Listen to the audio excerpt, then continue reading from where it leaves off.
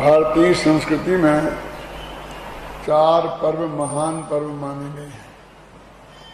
रक्षाबंधन, दशहरा, दीपावली और होली। यदि हम चाहें तो इन्हें 4 वर्णों से आसानी से जोड़ सकते हैं। रक्षाबंधन ब्राह्मणों का पर्व है,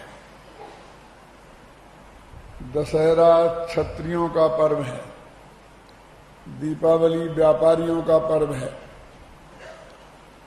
और होली शूद्रों का पर्व है। लेकिन इनकी व्याख्या अलग है। ब्रह्मम जानातीति ब्राह्मणः, जो ब्रह्म को जाने उन्हें ब्राह्मण कहते हैं। यदि ये व्युत्पत्ति ठीक है तो आत्मा को जानने वाले ज्ञानी धर्मात्मा साधु संत सभी ब्राह्मण हैं। जो क्षत्रिय रक्षा का काम करें उसका नाम यदि क्षत्रिय है तो समझ लीजिए सारे सैनिक जो देश की रक्षा में लगे रहते हैं ये सभी क्षत्रिय हैं। जो वणिज करें, व्यापार करें, वे व्यापारी हैं।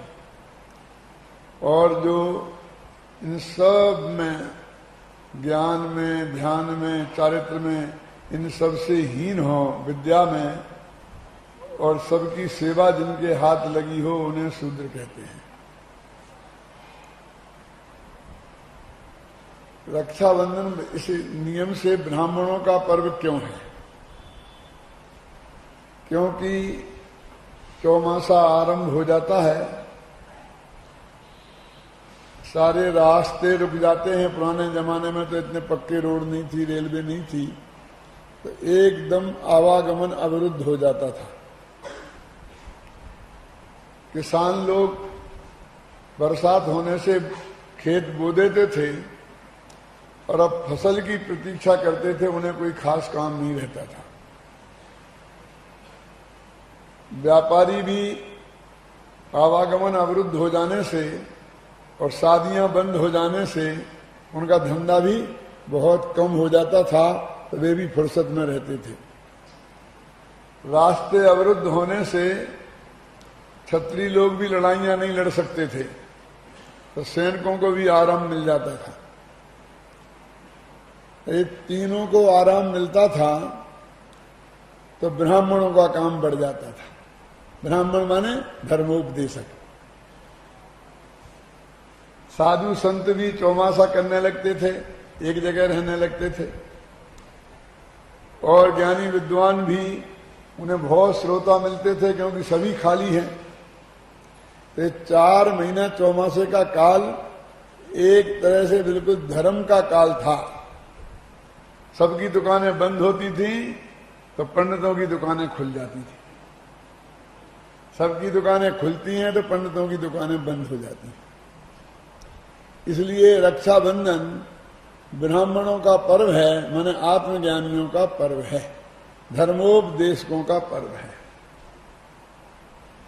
इस 4 पर्वों में से जैनियों ने 2 पर्व अपनाए और 2 की छुट्टी कर दी। रक्षाबंधन और दीपावली को तो अपना लिया, लेकिन दशहरा और होली को नहीं माना।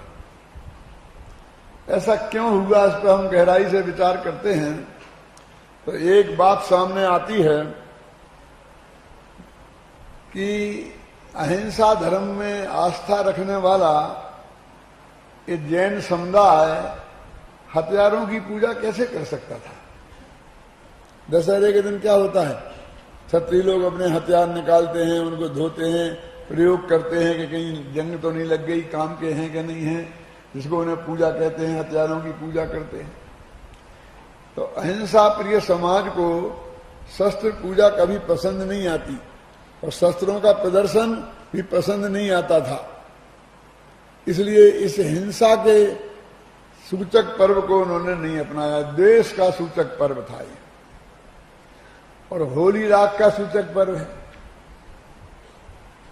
समझे ना?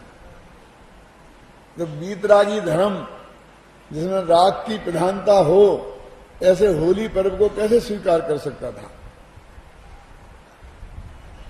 किसी जाति और विशेष से कोई ब्राह्मण नहीं। जो ब्रह्म को जाने वो ब्राह्मण, जो रक्षा का काम करें वो क्षत्रिय, जो व्यापार करें वो वैश्य, और जो शूद्र। अकेली बात इतनी ही नहीं है। शूद्र मतलब होली माने क्या, कब आती है होली? बसंत ऋतु में, जब चारों ही समुदाय शूद्र बन जाए, उसका नाम है होली। मन की गंदगी बाहर निकलने लगे, सब में उन्मत्तता आ जाए, एक मजाक में ही सही एक दूसरे को गालियां बकलने लगे, कीचड़ उछालने लगे एक दूसरे पर। ये क्या है? क्यों कहते हैं ना, होली में बुढ़े भी जवान हो जाते हैं, सब लोगों के अंदर में भावनाएं विकृत हो जाती हैं और वो राग रंग में मस्त हो जाते हैं। हमारे शास्त्रों में वर्णन आता है, राजा ने बसंत उत्सव मनाया, समझे ना? तो ऐसा राग रंग का बरधन होली पर्व भी जैनियों को स्वीकार नहीं हुआ। रक्षाबंधन और दीपावली, ये दो पर्व के बारे में जैनियों ने माना, और उनके बारे में क्या माना है उसकी चर्चा अपन करेंगे। अभी रक्षाबंधन का प्रसंग है तो रक्षाबंधन की चर्चा करेंगे, और दीपावली पे यहां रहे तो दीपावली की बात दीपावली के दिन करेंगे। तो रक्षाबंधन के संदर्भ में चाहे जैन श्रमण संस्कृति हो चाहे वैष्णव, दोनों में अद्भुत समानता दिखाई देती है। वहां भी विष्णु भगवान है, अकंपन है, वहां भी बलि राजा है, वहां भी बलि राजा का वध करके और रक्षा का काम विष्णु भगवान ने किया था। विष्णु माने रक्षक होता है। यहां भी विष्णु कुमार मुनि है, राजा बलि है, और उसको किसी भी तरह से समझ लीजिए पराभूत करके और उन्होंने रक्षा का काम किया था। ये कहानियां बिल्कुल दोनों एक सी मिलती जुलती हैं। मैं ये नहीं कहना चाहता हूं कि उन्होंने जैनियों की नकल की कि जैनियों ने उनकी नकल की।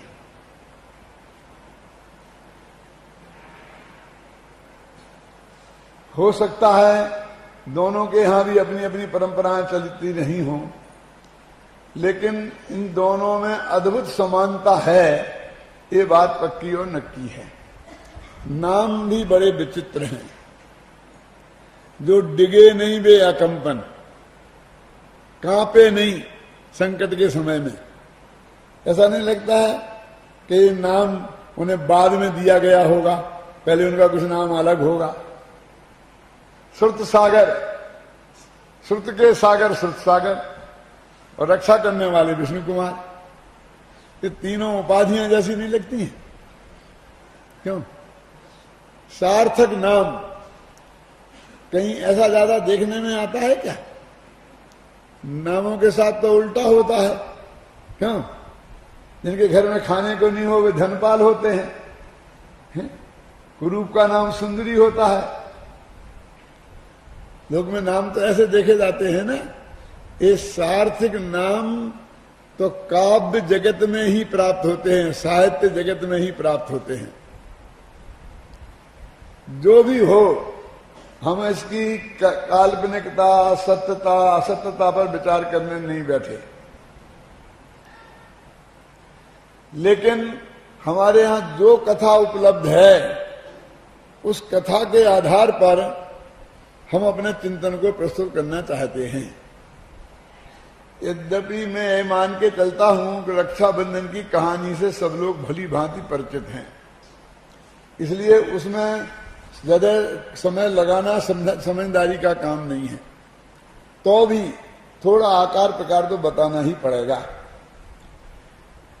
700 मुनिराजों का एक संघ था, जिसके एक आचार्य थे जिनका नाम था अकंपन, और उनमें ही ये समझ लीजिए उपाध्याय के पद पर प्रतिष्ठित एक विद्वान थे, साधु थे, जिनका नाम था श्रुत सागर। जब वो एक नगर में पहुंचे तो उनके दर्शन करने के लिए राजा भी आया, और राजा के जो 4 मंत्री थे वो जैन धर्म से विद्वेष रखने वाले थे। अकंपनाचार्य को ये आभास हो गया निमित्त ज्ञान से कि वो आएंगे और कोई बहस महस हुई तो झगड़ा हो सकता है। इसलिए सारे संघ को उनने आदेश दिया कि सब मौन धारण करके आत्म ध्यान में ही मग्न रहेंगे। राजा आए, मंत्री आए, आकर के दर्शन करके चले जाएं, कोई कुछ भी बोलेगा नहीं। जब ऐसा हुआ और राजा लौट के जाने लगा तो उन मंत्रियों को एक मौका मिला और उन्होंने कहा, महाराज साहब ये कोई बात है, आप दर्शन करने पधारे, आप उनको नमस्कार कर रहे हैं और ये लोग आशीर्वाद तक नहीं देते हैं, कितने अभिमानी हैं, ध्यान का ढोंग कर रहे हैं।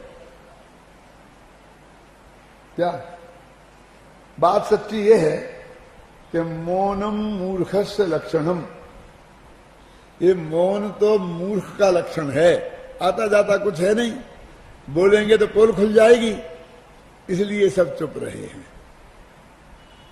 ऐसी बात राजा को कह के भड़कते जा रहे थे और वहां से सुरसागर आ रहे थे लौट के नगर से, तो उनने उनकी ये बातें सुनी तो उनके हृदय में बहुत जरा रोष पैदा हुआ और उनने उनसे कहा, आपको मालूम है आप कहां से आए हैं? तो बोले सबको मालूम है कि हम नंगों के दर्शन करके आ रहे हैं। कि वो तो ठीक है, लेकिन आप इस पर्याय में कौन सी पर्याय से आए हैं? आप मनुष्य होने के पहले, अपने मां के पेट में आने के पहले कहां थे, इसका पता आपको है? नहीं, हमें तो नहीं है। कि तुम्हें है? कहां है हमें? और उन्होंने बताया पुरानी कहानी कि तुम बहुत भयंकर बरसात हो रही थी, 7 दिन से तुम अपने नहीं निकल पाए थे, सियार थे तुम। क्या 7 दिन बाद जब बरसात थमी तो तुम बाहर निकले कुछ भोजन की तलाश में, तो किसान बरसात की वजह से हल छोड़ करके भाग गया था, तो उस हल में बैलों के गले में वो बांधते चमड़े का जोत, जानते आप, वो छोड़ गया था, तो चमड़ा गल के बहुत मुलायम हो गया था, तो वो कुछ नहीं मिला तो तुमने वो चमड़ा खा लिया। चमड़ा खा लिया तो भयंकर तुम्हारे पेट में दर्द हुआ और उस पीड़ा से तुम छटपटाते हुए मर गए। जब दूसरे दिन किसान आया तो उसने देखा कि तुम मरे पड़े थे और उसका चमड़ा तुम्हारे मुख में था, तो उसे बहुत गुस्सा आया, तुम्हारी उसने खाल खींची और अपने घर में टांग रखी है। अब तुम्हें भरोसा करना हो तो जाकर के उसके घर में देख लेना कि तुम्हारी पूरब भुक्की खाते हैं। ये सुनकर के वे बहुत अपमानित हुए। नहीं ना, बात तो सच्ची थी। चले गए, राजा के सामने कुछ बोल नहीं सकते थे, पता भी किया तो वो खाल भी टंगी थी उसके घर पे, किसान के घर पे। रात में चारों मंत्रियों ने विचार किया कि अपन बदला लेंगे इनसे, तो उन्होंने जब सब लोग सोने लग गए तब वहां से वो निकले। यहां आचार्य सुरसागर आचार्य कंपनी के पास पहुंचे और उन्होंने जाकर के सारी कहानी सुनाई, क्योंकि ये नियम है कि कोई साधु के साथ कैसी घटना घटे तो आचार्य के सामने उसे निवेदन करना पड़ता है। अब वो तो समझते थे कि मैंने ऐसा मुंह तोड़ जवाब दिया है कि आज मेरी बहुत प्रशंसा होगी और सुरसागर के अलावा एक आध उपाधि और मिल जाए, विद्या भारती, एक आध उपाधि मुझे और मिल जाए। लेकिन जब उन्होंने ये कहानी सुनाई तो आचार्य अकंपन एकदम गंभीर हो गए, कुछ बोले नहीं। उनकी वो गंभीरता देखकर सुरसागर को समझ में नहीं आया, समझ में आ गया कि बहुत बड़ा कोई अपराध मेरे से हो गया है, क्योंकि इतना गंभीर तो मैंने आचार्य श्री को कभी देखा ही नहीं। समझ में ना?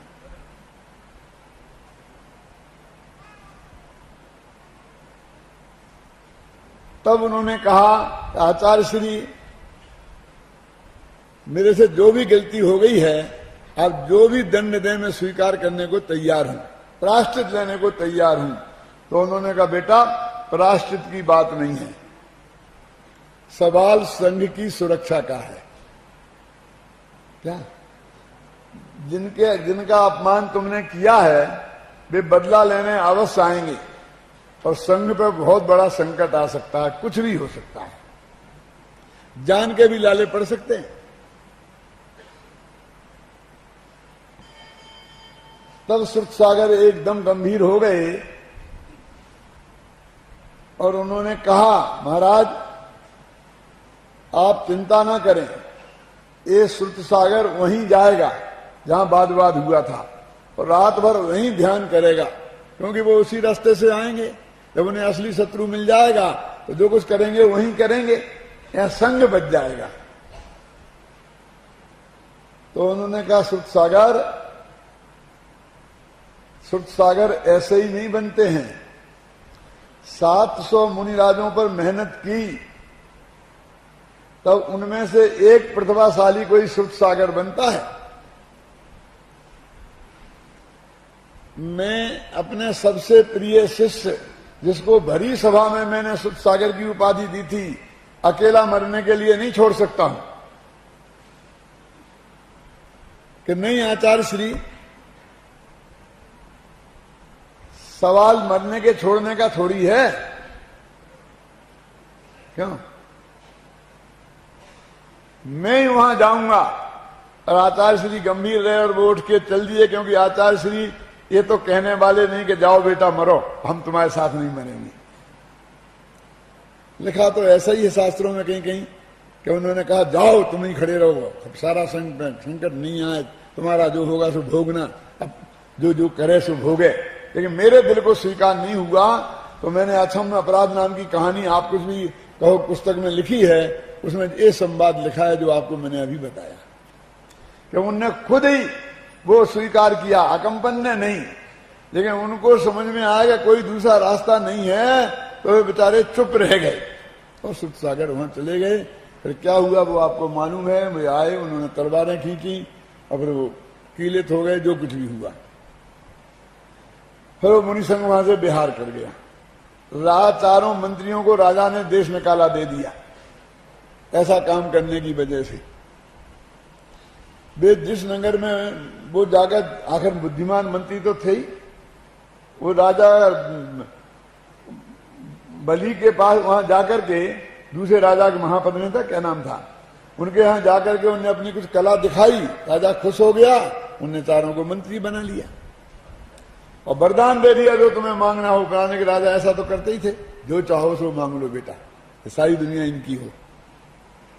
और ऐसे वरदान देने से कई लोग धर्म संकट में पड़े हैं, राजा दशरथ से लेकर। लेकिन आज तक राजा लोग बाज नहीं आते हैं। क्यों? अहम, मैं सबसे बड़ा, जो चाहो सो मांग लो। जब उन्होंने देखा कि वही संघ आ गया है, तो इसका बदला लेने के लिए अच्छा मौका है, तो राजा से उन्होंने 7 दिन का राज्य मांग लिया। और मुनिराजों को दंड देने के लिए सबसे पहले काम तो एक किया कि उनके चारों तरफ जहां वो ठहरा था संघ, गेहूं बोआ दिए, क्योंकि वो जानते थे कि जैन मुनि हरियाली पे पैर नहीं रखते हैं।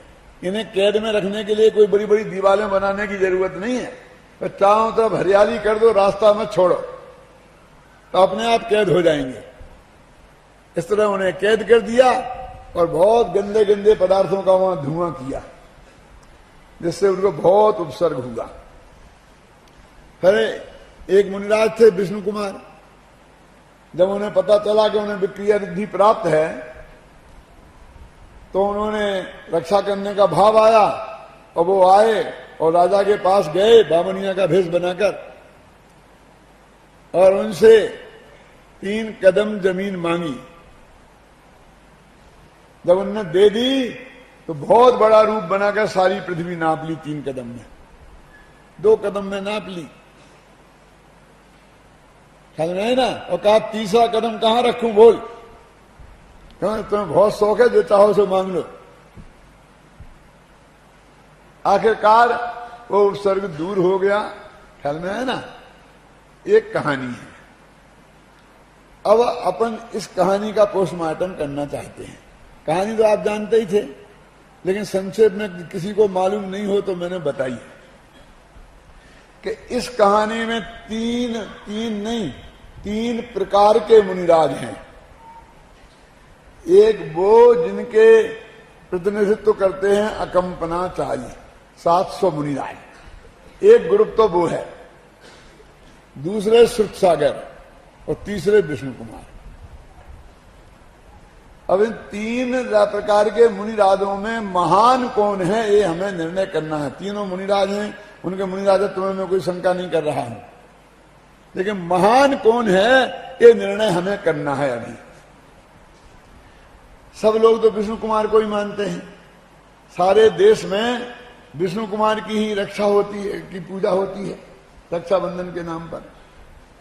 अब थोड़ी थोड़ी अकंपन की भी होने लगी है, जब से मैंने ये व्याख्यान शुरू किए हैं। पूजन भी बन गई है, वो अपने ही आध्यात्मिक लोगों ने ही बनाई है, नहीं तो कोई तो अकंपन तो बेचारे बन के रह गए थे। वे तो कुटने पिटने वाले आचार्य हैं, क्यों बेचारे अकंपन। विष्णु कुमार जिन्होंने बता दिया कि मैं भी कुछ नहीं, वो हमें सबसे महान दिखाई देते हैं, क्यों? और गांव गांव में व्याख्यान होते हैं, विष्णु कुमार ने मुनियों की रक्षा की थी। आज भी मुनियों पर बहुत बड़ा संकट है, इसलिए हम अपनी जान की बाजी लगा के मुनि पद भी छोड़ना पड़ेगा। एक भक्त चला जाएगा तो चला जाएगा, लेकिन हम मुनि धर्म की रक्षा करेंगे। खतरा किनसे है? आप समझते हो? आप लोगों से, हम लोगों से खतरा है। यानी विष्णु कुमार, सबको विष्णु कुमार बनना पड़ेगा, ये संदेश दिया जाता है। मैं आपसे पूछता हूं कि मुनिराजों का सच्चा स्वरूप के हिसाब से सबसे वैसे भी अकंपन आचार्य थे, और ये दोनों मुनिराज थे, तो आचार्य तो वैसे ही बड़े होते हैं, वो भी हम भूल गए। पहला नंबर दिया हमने विष्णु कुमार को, और दूसरा दिया श्रुतसागर को। कैसा जवाब दिया कि नानी याद आ गई, क्यों? यदि ये दो नहीं होते तो न मालूम 700 मुनिराजों का क्या होता। अरे इन दो की वजह से तो उपद्रव हुआ, यदि दो नहीं होते तो सारी जनता उनके चरणों में झुक ही रही थी, क्यों? इस उपद्रव को आमंत्रण किसने दिया? क्यों? समझ में ना क्या होता, बोलिए। देखिए, हमारी दृष्टि में वो मुनिराज जिन्होंने तोड़फोड़ की, ख्याल में आई ना, झूठ बोला, छल किया, बावनिया का भेष बनाया, समझना, बावनिया का भेष बना करके भीख मांगी और बड़ा भेष बना करके लिया, वो सबसे महान दिख रहे हैं। क्यों? क्योंकि हमारी दृष्टि में यही महान कार्य हैं। तो समझना, मैं उन मुनिराजों की आलोचना नहीं कर रहा हूं, मैं अपने मन का चोर पकड़ने की कोशिश कर रहा हूं। क्यों? क्योंकि उन विष्णु कुमार मुनिराज ने तो वो मुनिपद छोड़ दिया था ये काम करने के पहले, तो उन्होंने मुनि धर्म को कहां बदनाम किया? वे जानते थे कि मुनि पद में ऐसे काम करना ठीक नहीं है। क्यों? उन्होंने मुनि पद छोड़ दिया ना, और फिर बामनिया का भेष बनाया। बामनिया माने ये भी प्रतीक है, सबसे छोटा आदमी, 52 अंगुल का। और सबसे छोटा कौन होता है? जो मांगे उसका नाम सबसे छोटा। क्यों? इससे बड़ा कोई नहीं है। उनके यहां एक दोहा आता है कि विष्णु भगवान को भी बामनिया बनना पड़ा मांगने के लिए, मैंने सबसे छोटा आदमी बनना पड़ा। कहां सबसे बड़े मुनिराज थे और सबसे छोटे। क्यों? तो उनने तो उसके बाद प्रायश्चित लिया, उनकी तो दीक्षा का छेद हो गया और द्वारा मुनि दीक्षा ली। दीक्षा छेद का मतलब समझते हैं आप? कि क्या है, फटाफट अपने छेद कर दिया तो द्वारा जाके फिर ले ली, मुनि के मुनि बन गए। क्यों? जाके अस्पताल में इलाज करा लिया, ऑपरेशन करा लिया, छोड़ छाड़ के फिर आगे फिर बन गए, खत्म, बढ़िया। क्यों? आप जानते हैं उनकी सारी सीनियरिटी खत्म। सीनियरिटी का मतलब समझते हैं? एक मुनिराज ने आज दीक्षा ली और एक ने ली कल माने आने वाले कल, एक ने ली रविवार को, दूसरे ने ली सोमवार को। तो सोमवार को जिसने दीक्षा ली उसे रविवार को दीक्षा लेने वाले मुनिराज को नमस्कार करना पड़ेगा और वो उन्हें धर्म वृद्धि देंगे। अब ये 20 साल पुराने दीक्षित, सैकड़ों को इनने पढ़ाया लिखाया और कदाचित मान लो आचार्य हो तो दीक्षा भी दी हो। क्यों? अब दीक्षा छेद हो गई, द्वारा मुनि बने तो अपने ही उन शिष्यों को नमस्कार करना पड़ेगा और बे आशीर्वाद देंगे, धर्म वृद्धि रस्तु। समझे? ये कितना बड़ा दंड है। इससे बड़ा दंड कोई दुनिया में हो सकता है? क्यों? ये तुम्हें पढ़ाते हो रोजाना, तुम सबके चरण कमल छूते हैं और कल इनको ये तुम्हारे अध्यात्मों को तुम्हारे चरण छूने पड़े। बोलो, आज का आदमी तो कहेगा मर जाऊंगा लेकिन मैं तो नहीं करूंगा ऐसा। लेकिन है, शास्त्र का नियम है। दीक्षा छेद का मतलब आप समझते हैं कितनी बड़ी सजा। आज तक का जो तुमने मुनि धर्म था वह सब गया। इतना बड़ा दंड जिनने स्वीकार किया, ख्याल में आई ना? अब उसके हम गीत गा रहे हैं। वे अपनी जिंदगी का सबसे अच्छा दिन मानते होंगे इसे कि सबसे बुरा दिन। किसी मुनिराज की दीक्षा का छेद हो जाना, क्यों? ये उसके लिए सबसे बुरा दिन है कि अच्छा दिन? और हम ये हैं कि हम उसी दिन को याद कर करके उनकी पूजा कर रहे हैं। यदि उनने ऐसा नहीं किया होता तो शायद विष्णु कुमार की पूजा का कभी नंबर ही नहीं आता। क्या किया? क्यों? हमें रक्षा रक्षा रक्षा रक्षा दिखती है, लेकिन उन्होंने अपने पद से भ्रष्ट हुआ ये नहीं दिखता। गंभीरता से सोचो। दूसरा नंबर अपने सुध सागर को दिया और उनका बचाव करते हैं हम बहुत। उन बेचारों को पता नहीं था आचार्य श्री की आज्ञा का कि उनने कहा था कि भाई यहां तो कोई बोलना मत, ध्यान में बैठे रहना। यदि पता होता तो वे बिल्कुल नहीं बोलते। बेचारों को पता नहीं था। मैं कहता हूं कि उन्हें ये पता नहीं था कि आचार्य श्री ने ऐसी आज्ञा दी है, लेकिन वे तो श्रुत के सागर थे। ये तो जानते थे ना कि चलते रहते हर किसी से, खासकर विरोधी से उलझना अच्छी बात नहीं है। तो इतनी भी नहीं जानते थे, इतना तो हम और आप भी जानते हैं। क्यों? क्या श्रुत के सागर को ये भी समझाना पड़ेगा? उन्होंने अपने विवेक से कोई अच्छा निर्णय किया था क्या? छोड़ो विवेक की बात, पता नहीं था। क्यों नहीं था पता? कि साहब एक कल उपस्थित नहीं थे जब उन्होंने बताई थी। क्यों नहीं थे उपस्थित? अनुपस्थित रहना ये तो कोई बहुत बढ़िया काम होगा। किन विद्यार्थियों के इस बात के लिए माफ किया जा सकता था कि कल हम मौजूद नहीं थे इसलिए हमें पता नहीं था कि क्या सूचनाएं दी गई। क्यों? इस वजह से कोई चीज माफ की जा सकती है कि की जानी चाहिए? पता नहीं होना भी तो अपराध है। ये क्यों नहीं थे उपस्थित वहां? जब सारा संघ उपस्थित था तो वे कहां गायब हो गए थे? क्यों? मेरे कहने का बचाव का कोई रास्ता नहीं है, लेकिन हम तो निकालते हैं। उपद्रव की जड़ तो उनने पैदा करी वहां से, लेकिन वे हमें महान दिखते हैं और अकंपनाचारी बेचारे बेचारे पिटते पिटते बचे। कहां? वहां जहां सुध सागर के ऊपर उपसर्ग हुआ था और दूसरे गांव में तो पिटाई शुरू ही हो गई। क्यों? उपसर्ग हो ही गया। जो सबसे महान थे, जो अपने शुद्धोपयोग धर्म ध्यान से चिगे नहीं, जिनने उपसर्ग में कोई भी विकल्प नहीं किया उसको दूर करने का, वे सब रिद्धिधारी थे। वो चाहते तो वो भी कुछ भी कर सकते थे। ऐसा थोड़ी कि विष्णु कुमार ही सब कुछ थे। उनमें कोई ऐसा नहीं था। मुनिराजों की महानता काहे में है? बात करने में, तोड़फोड़ करने में, कि आत्मा के ध्यान करने में। लेकिन हमने नंबर दिया तोड़-फोड़ में और बात करने वालों को। इसका हमारी दृष्टि में वो महान है। क्यों? क्योंकि हम उसी रुचि के हैं ना, हम उनकी आलोचना नहीं कर रहे हैं। विष्णु कुमार ने बेचारों की दीक्षा भंग हो गई और उन्होंने द्वारा दीक्षा ली। सुरसागर ने प्रायश्चित लिया। समझ में आई ना?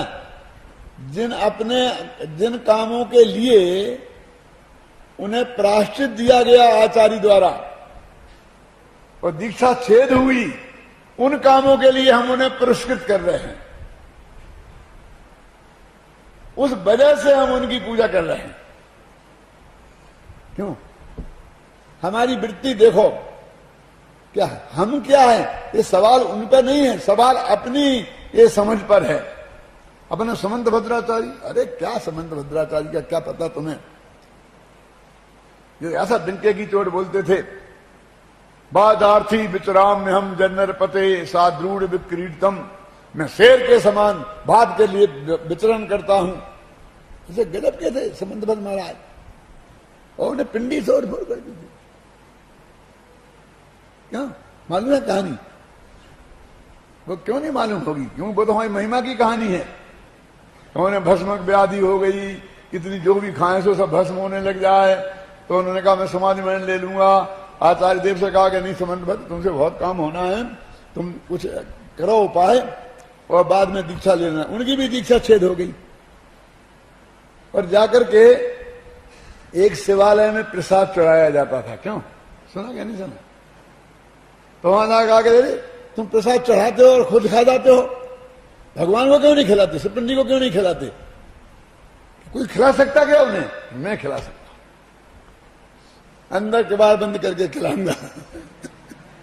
लो, और जितना आए आराम से खा जाते, कि खिला दिया और लाओ और लाओ और लाओ।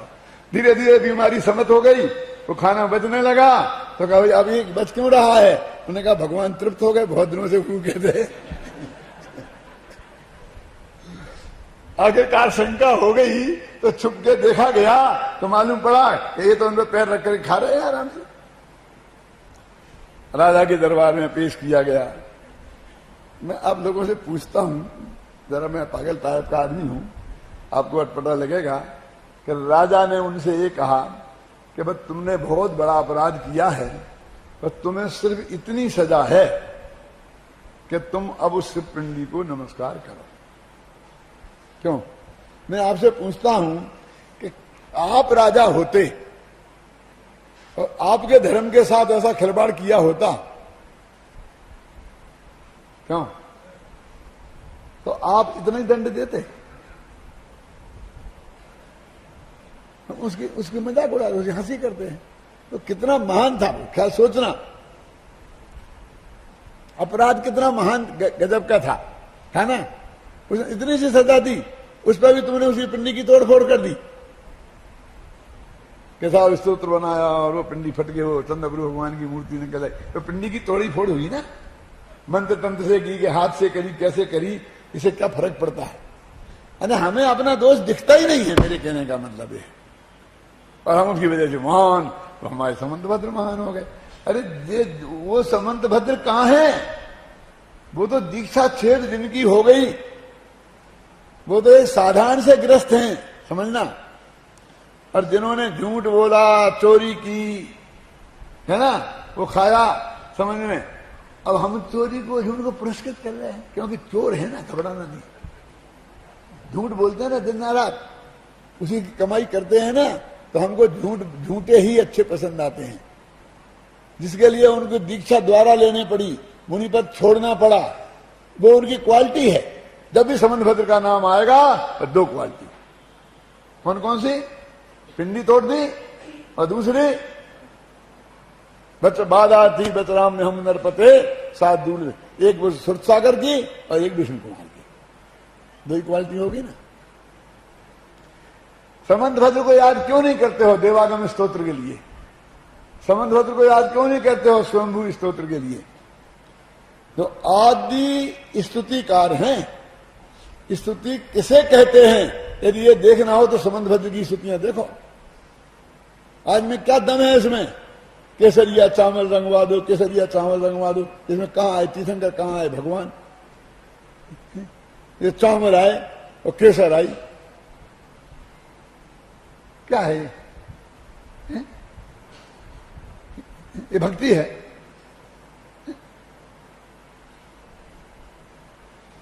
देवागम न भोयाने चामरादि विभूतिया माया विश्व विदेशंते नातस्तुमसिनो महान। वो भक्ति तो वो है।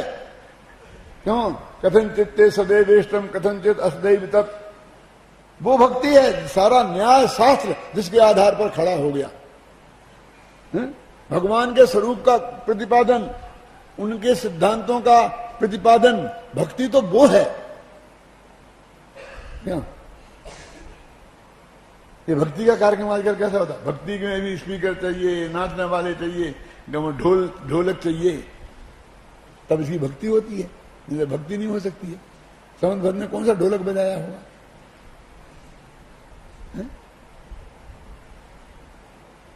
सोचो। माने ये हमारे मन का पाप है कि हमको वो तोड़ फोड़ की प्रवृत्तियां, झूठ बोलने की प्रवृत्ति, चोरी की प्रवृत्ति, समझिए ना, अभक्ष भक्षण की प्रवृत्ति। अभक्ष भक्षण खाया ना, वो देने के घर से आया होगा, वो पकवान आता होगा, कैसा आया होगा? क्यों? समझे ना, उसको हम पुरस्कृत कर रहे। वो समंतभद्र की, हम समंतभद्र के भगत हैं। किस लिए? कि जिसने कहा नास्माकम परीक्षा प्रधाना नाम, हे भगवान महावीर, हम जैसे परीक्षा प्रधानी के लिए तुम ऐसे ही नमस्कार करने योग्य नहीं, पहले हम तुम्हारी भी जांच करेंगे तब तुम्हें नमस्कार करेंगे।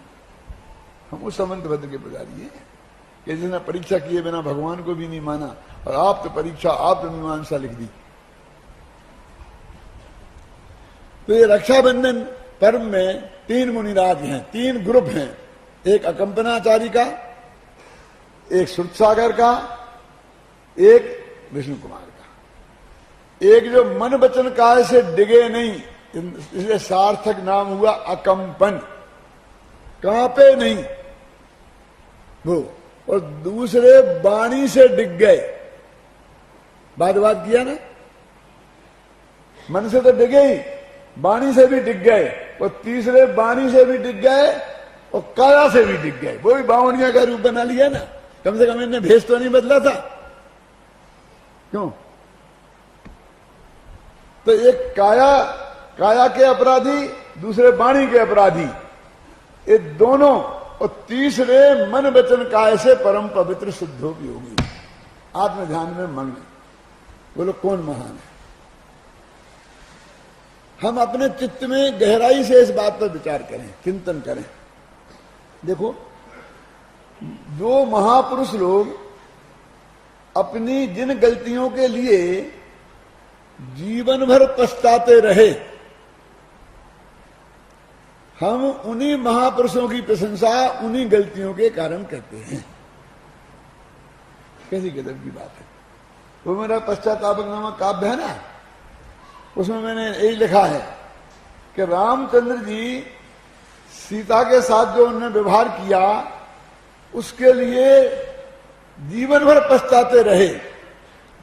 उसी काम के लिए हमने गजब का, देखो तो पत्नी तक को छोड़ दिया, जंगल में भिजवा दिया, बियाबान जंगल में। कोई शेर खा जाता तो उसकी परवाह नहीं करी। क्यों? और अग्नि परीक्षा के दिन आपने घर में नहीं घुसने दिया। जो वो उनके जीवन में बड़ी गलती हो गई, वो ये मान के पछता रहे हैं, हम उन्हीं की वजह से उन्हें महान। वो खुद कहते हैं, स्वजन को दे देने से दंड नहीं हो जाता कोई महान। स्वजन को दे देने से दंड नहीं हो जाता कोई महान। बस अपने को दंड अपराधी को देना चाहिए कि अपने को? देखो तो उसने अपने बेटे को फांसी पे चढ़ा दिया। बारे बार अपराधी को बोलो ना, अपराध किया उसने तो बेटे को कहां चढ़ाया? अपराधी को चढ़ाया है। सजा तो अपराधी को दी जाती है, ख्याल में है ना। लेकिन हमारी ऐसी वृत्ति हो गई है, हमारे आंख पकड़ ही नहीं रही है कि ये सब क्या करें।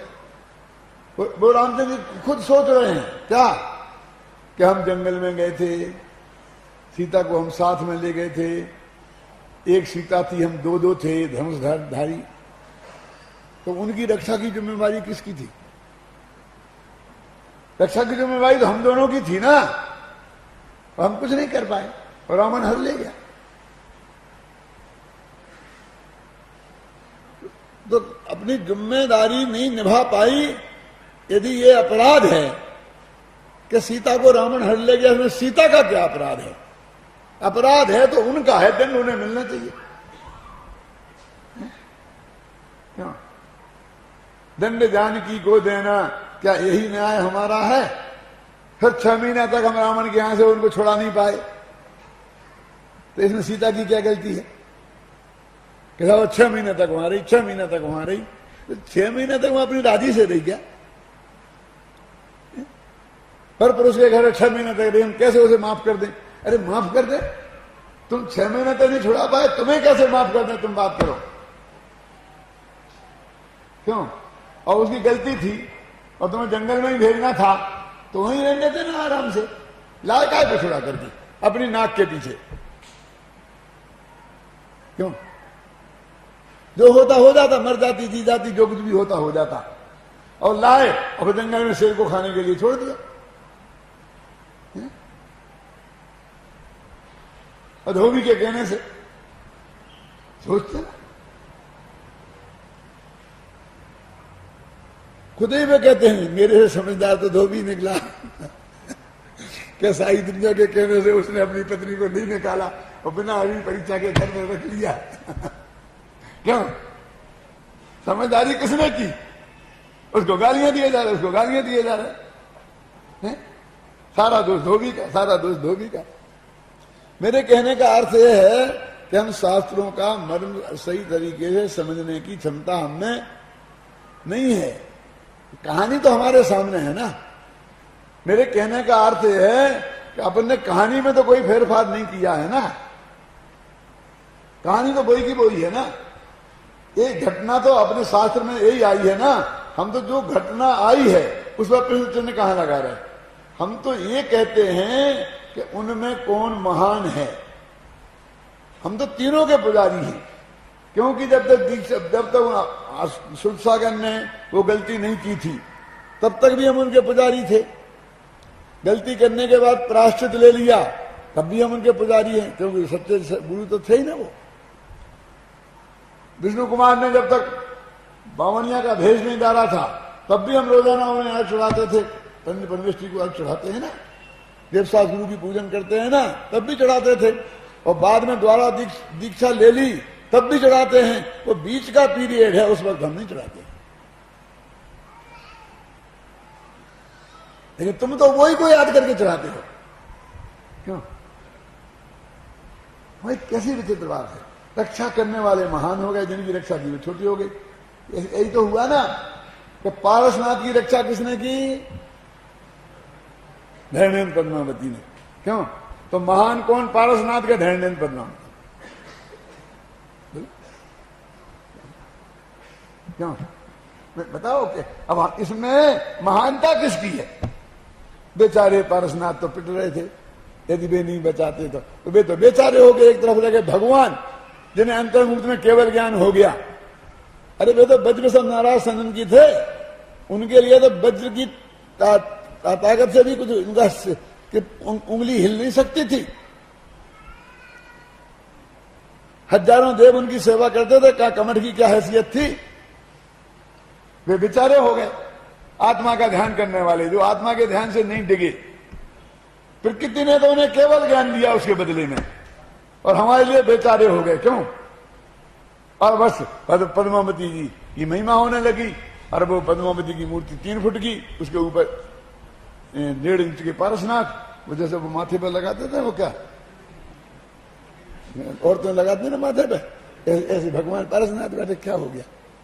रक्षा करने वाला महान हो गया। क्यों? कि उन्होंने रक्षा की। अरे क्यों की? किसने की रक्षा? शास्त्र में क्या लिखा है? क्या लिखा है? धरणेन्द्र पद्मावती ने ऐसा की ना, तो धरणेन्द्र तो गायब ही हो गया, ये पद्मावती आए वो आप हो गए। क्यों? ये कैसे हो गया कि धरणेन्द्र क्या मूर्ति बना के क्या करते हो वहां? क्योंकि ऐसे तो भगवानों की बहुत है, पुरुषों की तो एक महिला को चांस देना चाहिए ना, महिला खुद अरे धरणेन्द्र पद्मावती, तो धरणेन्द्र ने की रक्षा, तो पद्मावती तो उनकी पत्नी से साथ में हो गई ही ना, उसमें क्या है? क्यों? यानी पति के साथ पत्नी तो रहती ही है ना, समझे ना? मैं पूछता हूं रक्षा करने पद्मावती गई थी कि धरणेन्द्र? और धरणेन्द्र के साथ पद्मावती गई थी कि पद्मावती के साथ धरणेन्द्र गए थे? विचार कर,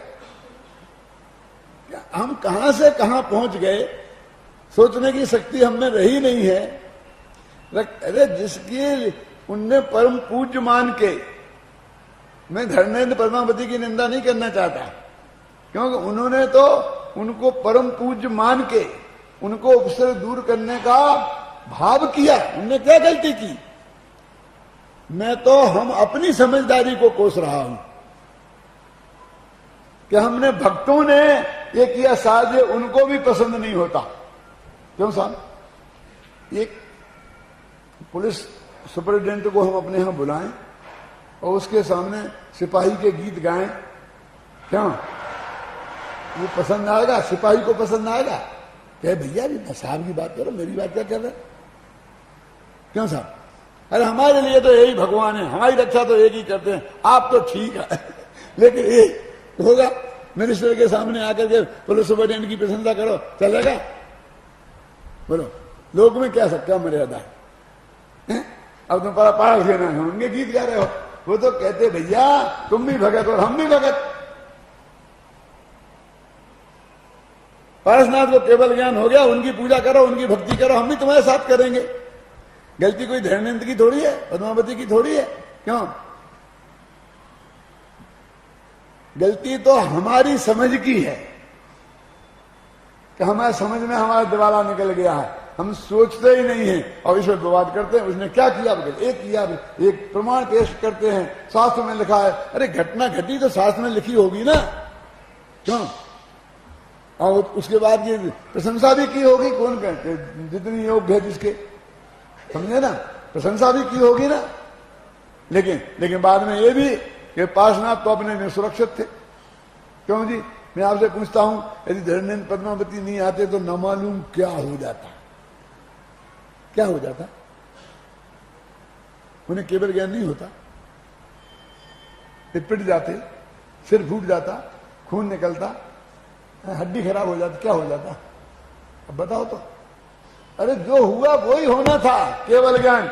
उसके उपसर्ग के कारण कोई केवल ज्ञान हुआ नहीं और उपसर्ग निवारण के कारण भी केवल ज्ञान नहीं हुआ। इसलिए एक श्वेतांबर आचार्य ने तो बहुत स्पष्ट शब्दों में लिखा, कमठे धरणेन्द्रे च सूचितम कर्म कुर्वती प्रवोस्तुल्या मनोवृत्ति पार्श्वनाथा न वेस्तुते। क्या लिखा? कमठे धरणेन्द्रे च, वहां पद्मावती का नाम नहीं लिया, इतनी तो श्वेतांबरों में है। कमठ ने अवसर किया और धरणेन्द्र ने निवारण किया। उसने अपने कसाई के योग्य कार्य किया और उसने अपने भक्ति के योग्य कार्य किया। लेकिन हे पारसनाथ भगवान, तुम कमठ से नाराज नहीं हुए और पारसनाथ से, उससे धरणेन्द्र से खुश नहीं हुए, इसलिए मैं तुम्हें नमस्कार करता हूं। यदि तुम धरणेन्द्र से खुश हो जाते और कमठ से नाराज हो जाते तो कम से कम मैं तुम्हें नमस्कार नहीं करता। क्या कह रहे हो? क्यों? इसमें हमें तुम्हें फर्क क्या रहा? फिर जो हमें अनुकूलता बताता है उसे हम राग करते हैं, जो प्रतिकूलता बताता है वो द्वेष करते हैं। हम तो उस वीतरागता के पुजारी हैं कि जो न अनुकूलता बताने पर न प्रतिकूलता पर, ख्याल में ना, वस्तुतः हम तो उस वीतरागता के पुजारी हैं। तो हमें रक्षाबंधन के दिन जरा गंभीरता से विचार करो थोड़ा बस। रक्षाबंधन शब्द का अर्थ क्या है? बहुत बहुत कहानियां कर ली हैं, बहन भाई की रक्षा करे, फलाना फलाने की रक्षा करे, ये करे वो करे। अरे इसका सीधा सच्चा अर्थ है राकेश, रक्षा का भाव भी बंध का कारण है। माने बचा मारने का भाव तो बंध का कारण है ही, रक्षा करने का भाव भी बंध का कारण है। वो पाप बंध का कारण है और ये पुण्य बंध का कारण है, लेकिन बंध का कारण है, बंध के अभाव का कारण नहीं। तो शब्द से ये व्यक्त हो रहा है। क्यों? जिस धर्म में ये कहा हो कि कोई किसी को मार दिला नहीं सकता, कोई किसी की रक्षा नहीं कर सकता, क्यों? कोई किसी का भला बुरा नहीं कर सकता, वहां रक्षा के भाव को इतना दम मिलेगा, इतना महान मिलेगा? वो तो ये है कि न रक्षा का हमें पर में हम कर नहीं सकते, इस महान सिद्धांत का जो जैन दर्शन पुजारी है, तो हम गंभीरता से इस कहानी पर विचार करें। और ये आज जिन लोगों के पास ये किताब नहीं है, विद्यार्थियों के पास अथवा तो हमारे मुख्य भाइयों के पास, उनके लिए ये किताब हमने भेंट कर देने का नक्की किया है। तो शांति जी ने व्यवस्था की है, जिनके पास पहले से हो वे तो नहीं ले जाएं, लेकिन जिनके पास नहीं हो वो सब एक किताब ले जा सकते हैं और शांति से घर पर इसे पढ़ें। ये भी पढ़ें और दीपावली भी पढ़ें। तो दीपावली पर भी हमको सुनाने का मौका नहीं मिला और तुमको सुनाने का मौका नहीं मिलेगा, तो भी इसमें सब बात लिखी है। शांति से अपना स्वाध्याय